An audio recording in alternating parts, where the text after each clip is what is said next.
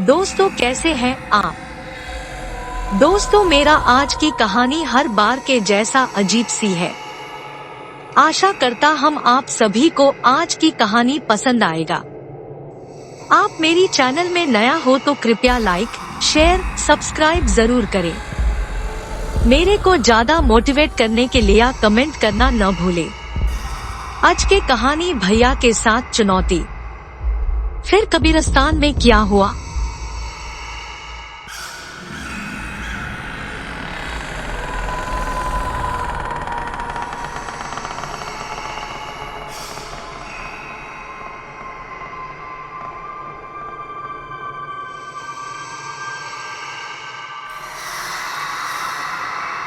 मनोहर का घर पुराने कब्रिस्तान के पीछे था और उसके घर के छत से वह कब्रिस्तान अच्छे से दिखता था।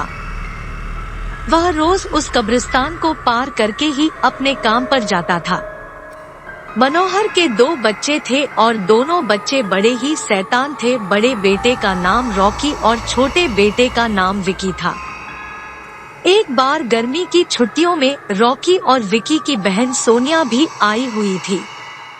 तीनों मिलकर रात के लगभग 12 बजे एक रूम में ट्रूथ और डेयर खेल रहे थे। रॉकी सोनिया से पूछता है कि तुम ट्रूथ लोगी या डेयर। सोनिया डेयर लेती है और पूछी है कि तुम लोग कुछ खतरनाक करने के लिए तो नहीं कहोगे ना?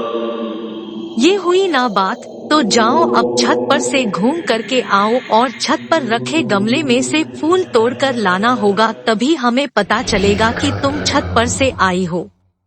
सोनिया छत पर से तो कब्रिस्तान दिखता है। नहीं, मैं नहीं जाऊंगी।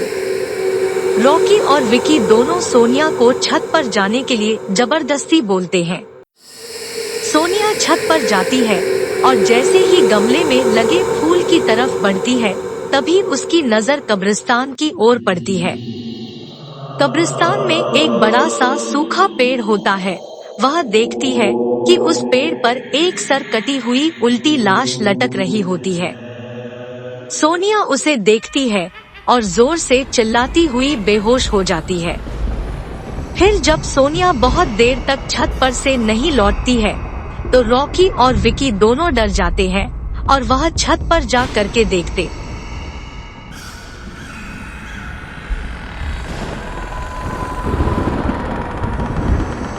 है तो पाते हैं कि सोनिया बेहोश पड़ी है। वो तुरंत मनोहर को बुलाते हैं और सारी बात बताते हैं।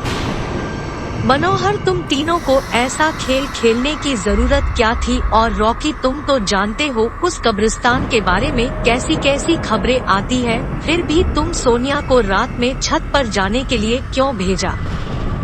रॉकी, सॉरी डैड, मुझसे गलती हो गई, हम आगे से ऐसा नहीं करेंगे। मनोहर, और फिर कभी दोबारा ऐसा काम किया तो तुम दोनों को उसी कब्रिस्तान में छोड़ आऊंगा।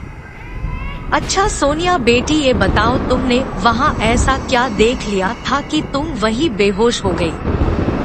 सोनिया सहमी हुई हालत में मनोहर को सारी बात बताती है कि उसने क्या देखा। मनोहर ने उस कब्रिस्तान के बारे में ऐसी खबरें पहले भी सुनी हुई थी, इसलिए वह सोनिया को डांटता नहीं है और बच्चों को संभल कर रहने की सलाह देता है। एक दिन मनोहर को काम से छुट्टी मिलने में देर हो जाती है और उस दिन उसे ऑटो भी नहीं मिलता है। वह पैदल ही घर की ओर चल पड़ता है। इधर विकी और रॉकी दोनों आपस में बात करते हैं। रॉकी, विकी, तुम्हें क्या लगता है सोनिया ने जो कहा वो सच है? मुझे तो लगता है कि वो सिर्फ बातें बना रही है, वो उसका भ्रम होगा। विकी, अरे नहीं भाई, तुमने उसकी हालत देखी नहीं, एक दिन भी और यहाँ रुकने को तैयार नहीं हुई। मुझे लगता है कि उसने सच में कुछ देखा होगा। चलो हम कब्रिस्तान में जाकर खुद ही देख लेते हैं। विकी, अरे भाई, तुम पागल तो नहीं हो गए हो? मुझे अपनी जान बहुत प्यारी है, मैं कहीं नहीं जाऊंगा और तुम भी मत जाओ। विकी के मना करने के बावजूद रॉकी नहीं मानता है और वह अकेले ही कब्रिस्तान की ओर चल देता है। कब्रिस्तान का दरवाजा खोलता है और अंदर चला जाता है।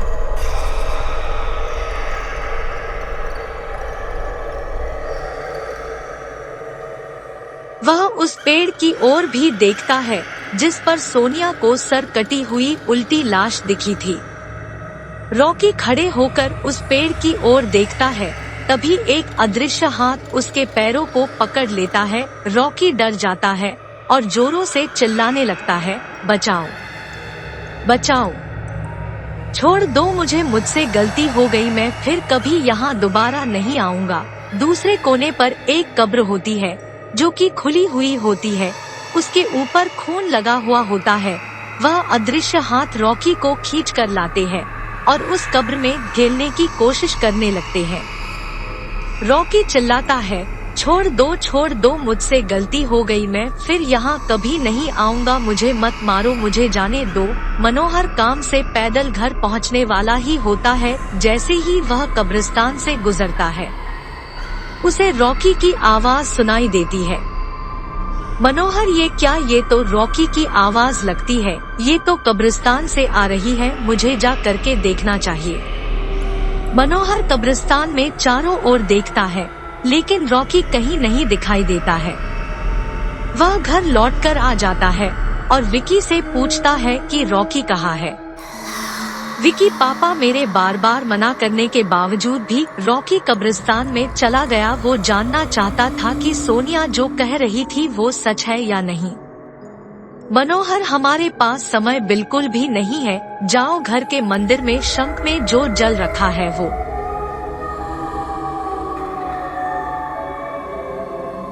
जल्दी से लेकर आओ, हमें रॉकी को खोजने कब्रिस्तान जाना पड़ेगा। विकी वो जल लेकर आता है। मनोहर और विकी कब्रिस्तान में जाते हैं।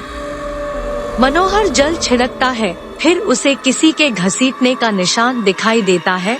वह समझ जाता है और फिर उस निशान का पीछा करते हुए उस कब्र तक पहुंच जाता है। मनोहर कब्र के आसपास वो जल छिड़कता है। कब्र से अजीब अजीब सी आवाजें आती है। विकी बहुत डर जाता है। मनोहर, मुझे लगता है कि श्रापित प्रेत आत्माओं ने रॉकी को इस कब्र के अंदर कैद कर लिया है, हमें जल्द ही इसे निकलना होगा। तुम ये पवित्र जल आसपास छिड़कते रहो, इससे हमें वो प्रेत आत्माएं कोई नुकसान नहीं पहुंचा पाएंगी। मैं कब्र को खोलने की कोशिश करता हूँ। मनोहर उस कब्र को खोलने की बहुत कोशिश करता है। अंत में वह कब्र खुल जाती है। उसके अंदर रॉकी लथपथ बेहोश पड़ा होता है। मनोहर रॉकी को लेकर हॉस्पिटल जाता है। उसकी हालत बहुत गंभीर होती है। उस दिन के बाद मनोहर उस घर को छोड़कर शहर से दूर एक दूसरे घर में अपने पूरे परिवार के साथ रहने चला जाता है।